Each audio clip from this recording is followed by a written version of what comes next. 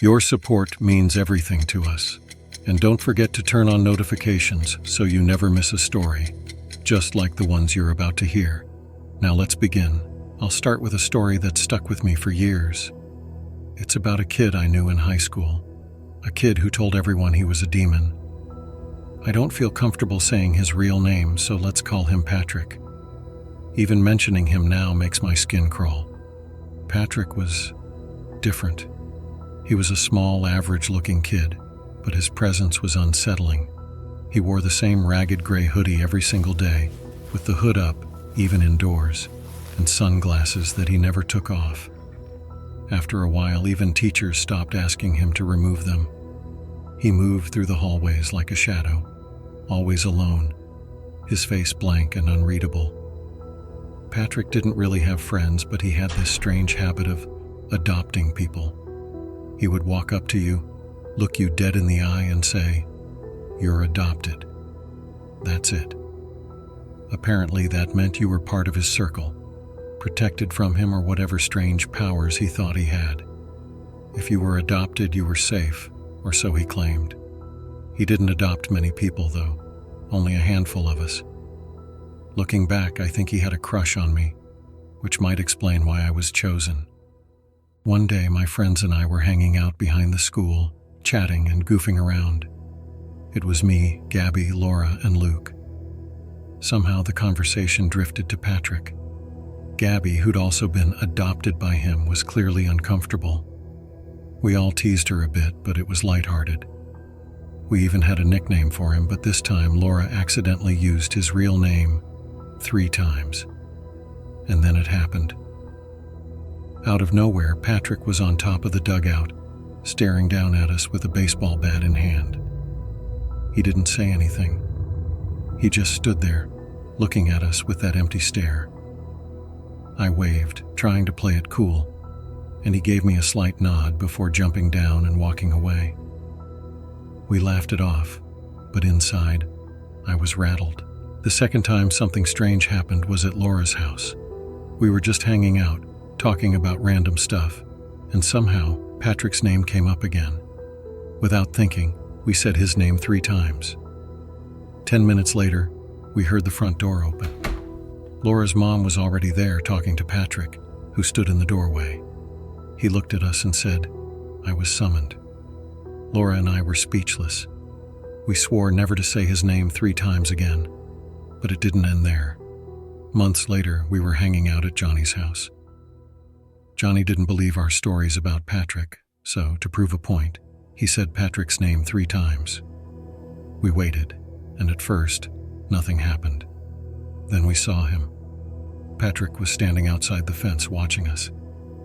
Johnny freaked out, but we were frozen. Patrick stared at us for a long moment, then turned and disappeared. The last time I saw Patrick was the most terrifying. I was home alone during a storm, with a friend over. When he heard the story, he thought it would be funny to say Patrick's name 3 times. The moment he did, lightning flashed, and Patrick was outside, staring up at my window. I shut the blinds and locked every door. When I looked again, he was gone. But the next day, I found his hoodie in my yard, wrapped around some of my belongings. Patrick never came back to school after that. It was as if he'd vanished. None of us ever figured out what happened to him. A few years ago, I was driving with my friend Mike on a snowy evening. We were heading to a friend's dinner party and the roads were icy. We stopped at a liquor store, grabbed some beer and whiskey, and continued on our way. The snow was coming down heavy by then, making the drive even more treacherous. As we were driving through a quiet neighborhood, we saw a car stopped in the middle of the road, its hazard lights flashing.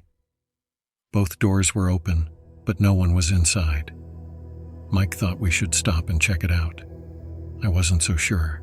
I'm not one for taking risks with strangers, but Mike insisted. We parked, and I stayed in the car while he went to inspect. I watched him as he approached the vehicle, feeling uneasy. Something about the situation felt wrong. And then I thought I saw something, a shadow moving behind the car, or maybe in the trunk. My heart was racing. I hit the horn, startling Mike, who looked up at me. He got back in the car, and we sped off. Mike was annoyed, but I told him I thought it was a trap. He rolled his eyes, but I couldn't shake the feeling. When we finally got to the party, we turned on the news. The story we saw next left us speechless. Just an hour earlier, 2 people had been carjacked on the same road by men hiding in a vehicle with its hazard lights on. They'd used the exact same setup to lure people in. I looked at Mike, and he was pale. That could have been us. This last story happened over 30 years ago when I was a kid. My family would spend summers at my grandparents' beach house. It was a huge place, big enough for my dad's 8 siblings and all of my cousins. My favorite relative was my Uncle Joseph, a therapist. He was funny, always made time for me, and I trusted him completely. That summer, I started having terrible nightmares. Every night I'd dream about things like my family abandoning me or someone I loved dying. It got to the point where I didn't want to sleep. I eventually told Uncle Joseph, hoping he'd know what to do. He listened carefully, took notes, and told me to do some self-reflection. A few nights later, after more nightmares, he said he'd figured out the problem. He told me I was holding in anger and resentment toward my parents, even though I didn't think I was. He was the expert, so I trusted him. He suggested I act out a little, say no more often. He said it might help release some of the frustration that was trapped inside. For 3 days, I did what he told me. My parents were confused and upset, and it tore me apart to see them like that. But the nightmares didn't stop. They only got worse. I went back to Uncle Joseph, and he told me there was one last thing we could try. He said I was too mature for my age, and that I needed to set my mind free. He didn't explain what that meant, but he said if I had one more nightmare, he'd help me understand. That night, I woke up in a cold sweat before the nightmare could even start.